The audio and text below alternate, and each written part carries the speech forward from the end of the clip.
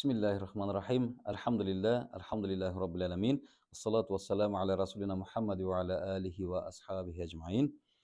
Assalamu alaikum, урматтуу момун мусулман бир туугандарым. Баарыңарга Аллах Тааланын мээрими, берекети жана саламы болсун. Албетте силер менен биз намаз тууралуу сүйлөшүп атабыз. Бүгүн дагы намаз тууралуу сүйлөшөбүз. Намаз бул жараткандын чакырыгына жооп берүү. Кудай Таала бизден эмне каалап атат? Биз ошо Кудай Тааланын чакырыгына лаббай деп жооп берип атабыз. Жооп берүүнүн, ошо Кудай Тааланын чакырыгына жооп берүүнүн өзүнө тиешелүү бир формулага салынып калган бир түрү бул намаз экен. Качан биз намаз окуп аткан болсок, демек биз Кудай Тааланын чакырыгына жооп берип аткан болуп эсептелет экенбиз. Намаз ибадаттардын атасы. Ибадаттардын баарынан дагы күчтүүсү бул намаз. Эмне себептен намаз? Себеби ибадаттардын баары белгилүү бир убакытта кылынып токтоп кала берет. Намаз болсо эч кандай убакытысы жок. Мойнубузга жүктөлгөндөн баштап өлгөнгө чейин, биз төшөктө жатып ооруп калсак дагы, сапарга чыксак дагы өзүнүн жеңил жолдору менен бул эч качан бир токтоп калбай турган бир ибадат болгондуктан ибадаттардын атасы бул намаз деп келет экен. Мисалы калганда, орозо бул Рамазан айы келгенде 29 күн же 30 күндүк орозону кармоо менен бирге биз орозобузду токтотобуз бир жылдын ичинде. Каалаган адамдар биринчи күн, төртүнчү күн же болбосо айдын ортосунда нафил орозолорду кармаса болот. Зекет деп коелу. Зекетте бир жылда бир жолу зекет беребиз. Кааласа анча мынча садака берип жыл ичинде өткөрсө болот. Ажылык да бир жылда бир келе турган бир ибадат. Ошолор келип өзүнүн убагында кайра токтоп калат. Намаз болсо андай эмес экен, ал токтобой уламдан улам кете берет. Биз өткөн сабакта айттык, падышага жолугуу ар кимге насип боло бербейт. Бирок Аллах Таалага жолугуу бир күндө 5 убакыт бизге насип болуп турат экен. Кээде ушул нерсени айтабыз, баарыңар жакшы билесиңер, урматтуу бир туугандар. Ушул адам аябай сонун адам дейбиз. Мүнөзү аябай жакшы, жумшак, адамгерчиликтүү, кол ачык дейбиз. Балким ар түрдүү бир адамдардын эң жакшы сапаттары менен сапаттап бирөөдү макташыбыз мүмкүн. Бирок бир гана жер намаз окубайт дейбиз. Мындай адамдар арабызда көп. Бирок бул эмнеге окшош дейт? Менде бир аябай сонун тоокторум бар, бирок жумуртка бербейт. Менде бир сонун бир порода бир уюм бар, бирок сүт бербейт деген сыяктуу. Же болбосо менде үйүндө ушундай укмуш бир плазменный телевизорум бар, аябай сонун чоң, бирок ал телевизор көрсөтпөйт дегенге окшош экен. Кандай эле биз тооктон жумуртка күтөбүз, уйдан сүт күткөн сыяктуу эле телевизордо эми көрүшүбүз керек, ал көрсөтпөсө бизге эмне пайдасы бар? Ошол сыяктуу бул жакшы адам болсо дагы дейт, эгер Кудай Тааланын астында жанагы айтканда Кудай Таалага болгон чакырыкка жооп бере албаса, бул жакшы адам болуп эсептелбейт деген дагы кээ бир аалымдардын көз караштары бар экен. Намаздан тажабаш үчүн эмне кылышыбыз керек? Жана башында айткан сыяктуу, биз кандай намаз окуйбуз эмес, биз эмне үчүн намаз окуйбуз деген принцип менен окуган адам намаздан эч качан тажабайт. Намаздан тажабаш үчүн биз анын эмне үчүн кылып атканын өзүгө белгилүү кылышыбыз керек. Жана намаздын ичинде биз эмнелерди окуп атабыз? Мисалы үчүн Фатиха сүрөсү бизге эмнени алып келип атат? Фатихадан кийин мисалы үчүн кайсы сүрөнү окуйбуз? Ошол сүрөдө Кудай Таала эмне дегиси келип атат? Бул нерселердин баарын тажабаш үчүн эгер билсек, анда намаздан эч качан тажабайбыз. Рухубуздун эс алуусун, жүрөгүбүздүн күчтөнүүсүн, сезимдерибиздин дагы эң жакшы бир деңгээлде кармап турушун намазда байкашыбыз керек. Пайгамбар саллаллаху алейхи вассалам өзүнүн бир эмесинде: "Эй Билал, келгин, азан айткандагы бизди эс алдыргын" деген экен. Же болбосо бизди: "Билал, сен келип эс алууга чакыргын" деген экен да. Бул деген нерсе эме кылып азан айткын, азан айтсаң биз кирип намаз окуйлу дагы эс алалы деген экен, намаз менен кошо. Демек, намаз инсанды күнүнө 5 жолу Аллахтын хузуруна, Аллахтын босогосуна көтөрүп алып чыга турган, инсанды күнүнө 5 жолу алып бара турган бир өтө сонун ибадат. Демек, урматтуу бир тууганым, намаз бул момун мусулмандын миражы деп коет экен. Мираж деген нерсе ошол пайгамбар саллаллаху алейхи вассаламдын көкөлөп 7 кабат асманга көтөрүлүүсү, бул Исра вал Мираж деп келет тарыхта. Биз күнүнө 5 жолу Алла Таалага жолукканы асманга көкөлөп чыгып атабыз. Инна салата танха анил фахшай вал мункар. Албетте намаз эмне деди? Куранда келип атат, хадистерде келип атат. Пайгамбарыбыздын хадистеринде эмне? Албетте намаз адамды түрдүү жамандыктардан коргойт. Өткөн сабакта айтпадыкпы? Эгер ал адам кумар ойночу болсо, ал адам балким уурлук кылган болсо, намазын баштагандан кийин бул нерселердин баары акырындык менен кала баштайт. Себеби адам барып өзүнө өзү ошол нерсени өзүнө өзү жактырбай баштайт. Мен намазымды окуп атпаймынбы? Эмне үчүн мен калп сүйлөп атам? Мен намазымды окуп атпаймынбы? Эмне үчүн мен кумар ойногон атам? Эмне үчүн мен арак ичишим керек эле деп туруп, ошол акырынык менен намаз окуган адам гана бул нерседен алыстай алат экен. Намаз бардык ибадаттардан күчтүү деп айтып атабыз. Намаз бардык ибадаттардан күчтүү, орозодон дагы, зекеттен да дедик. Эмне? Ошол ибадаттарды кайрадан эле өзүнүн ичине камтып алгандыгы сыяктуу намаз, мисалы үчүн дейли, намаз окуган адам канча убакытка намаз окуса дагы ошо намаздын ичинде жегенге, ичкенге уруксат берилбегендиктен, бул орозонун ичине камтыйт биринчи. Экинчи, намаз бул зекет дейт. Зекет жашообуздун дене мүчөлөрдүн зекетин берүү бул намаз менен болот экен. Мисалы үчүн байлыгыбыздын зекетин ошо байлык менен берип атпайбызбы? А намазда биз зекетти, дене мүчөбүздүн зекетин бергендиктен биздин намазыбыз зекетти да өзүнүн ичине камтып алат. Анан биз ар дайым кыбланы карап окугандыктан, кыбланы жүздөн окугандыктан, демек бул ажылыкты да өзүнүн ичине камтып алат экен.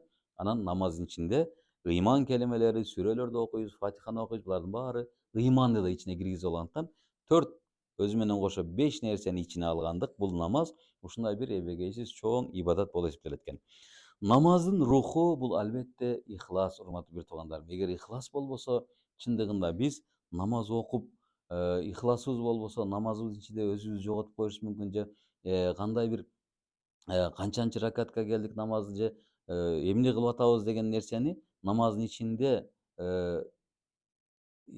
издеп жүрүп, адашып кетип намазыбыз бузулушу мүмкүн. Же болбосо ихлас болбосо намазыбыз намаз болбой калат экен. Бир отун жүк ташып, үстүнө жүк ташып алган отун менен үй бүлөсүн багып жүргөн бир адам отунун көтөрүп келатып, мечиттин ичине кирип калат экен. Отун сыртына коюп, мечиттин ичине кирип намаз окуйн деп кирсе, мечиттин ичинде намаз окуп аткан адамдардын баары үстүнө бир нерселер жүктөп алган экен. Бирөөлөр балдарын көтөрүп алган экен, бирөөлөр үйүн көтөрүп алыптыр, бирөөлөр машинасын көтөрүп алган экен, бирөөлөр дагы бир чоң проблемаларын жүктөнүп алган экен.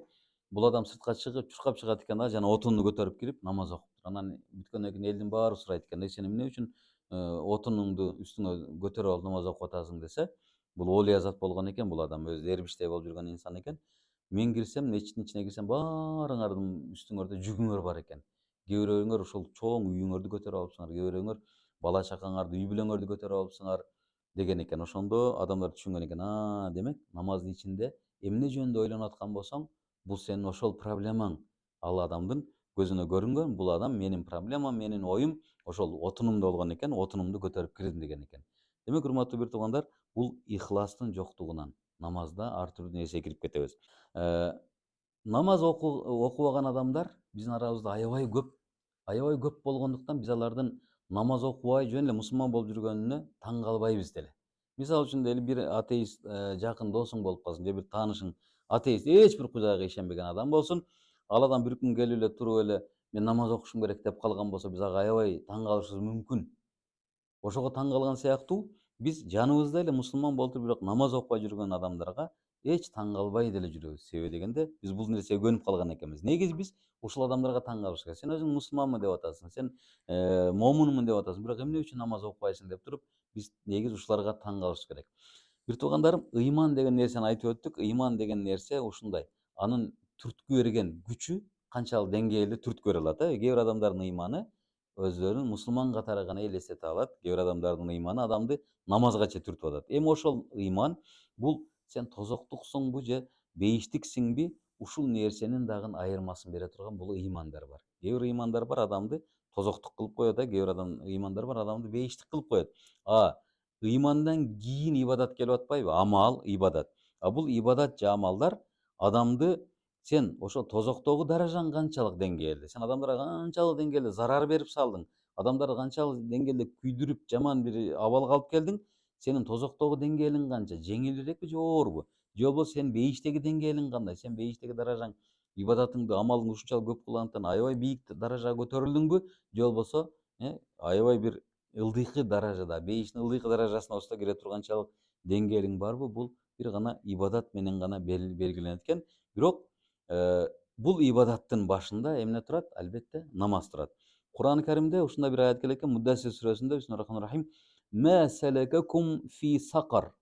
Лам наку минал мусаллин ва лам наку Nut'imul miskin. Sadaqallahu lazim. Ne deyip bu жерде? Силерди дейт, ушул күйгүзүүчү, дене мүчөнү куйкалап отко, тозокко ким эмне түрткү болду? Бул жака тозокко түшүп калууңарга эмне себеп болду деп сурашканда, лам наку минал мусаллин. Биз намаз кылгандардан эмес элек. Ва лам наку нут'имул мискин. Биз мискин, бейбечара, колунда жок жетимдерге, жесирлерге тамак берген эмес элек, же болбосо аларды бир караган эмес элек дейт. Ушул нерселер бизди тозокко түрттү деп айтышат деп Kur'an-ı Kerim'de de geliyor eкен. Nisa suresinde Bismillahirrahmanirrahim inna salate kanet lil mu'minine kitaben mevkuten. Emne deyip bu? Albatta namaz musulman adam üçün deyit bir vakıtlarga bölüngen birine farz namaz bolup geldi deyit. Bul degen vakıtlarga bölüngen degen uşul 5 vakit namaz, her bir vakit namaz bir vakıttın мындай переворот деп коет, орусча айтканда, кыргызча айтканда болуп калат, бир төңкөрүшүн билдирет. Мисалы үчүн баамдат намазынын кириштиги бул таңдын келиштигин билдирип турат экен да, бир тууганым карасаңар. Андан кийин бешим намазынын келиштиги бир ушунчалык күндүн ысык келип куйкалай турган бир ысыктык түшкү убакыт, убакыттын бир өз эмеси, алмашуусу. Андан кийин асыр намазынын убактысы ошол устаттын айткан эмеси аябай сонун келет. Бул Саид Нурсин айткан эмесинде эмне дейт? Устат Hazretleri Said Nursi asır namazı менен бешим намазынын алмашуусу дагы ошол дейт да, мындай күндүн ысыктыгы келип туруп, асыр өзүнчө бир убакыт. Андан кийин шамдын кириши уже күндүн батыштылыгы менен баткандан кийинки уже капкараңгы түндүн кирүүсү менен кутан намазы келип калат экен. Демек бул инна салата канат лил муъминина китабан мавкутан, бул убакыттарды белгилеген бир намаз болуп эсептелет. Аллах Тааланын бизге берген ниматтары, ниматтар бул жакшылыктары. Ниматтарынын акысын биз бир гана намаз менен бере алат экенбиз. Мисалы үчүн Кудай Таала бизге эмне деген ниматтарды берип салды, урматтуу бир туугандар.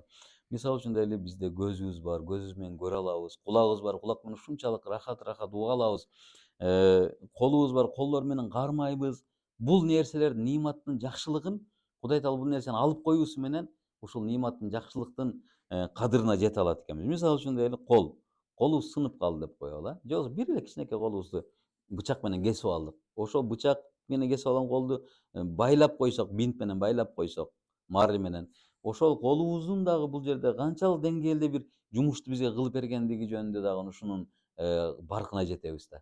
Колубуздун сынып калуусу дейли, же болбосо көзүбүздүн көрбөй калуусу, бул ушундай бир жарыктыкты көрбөй калуу деген эмне деген азап.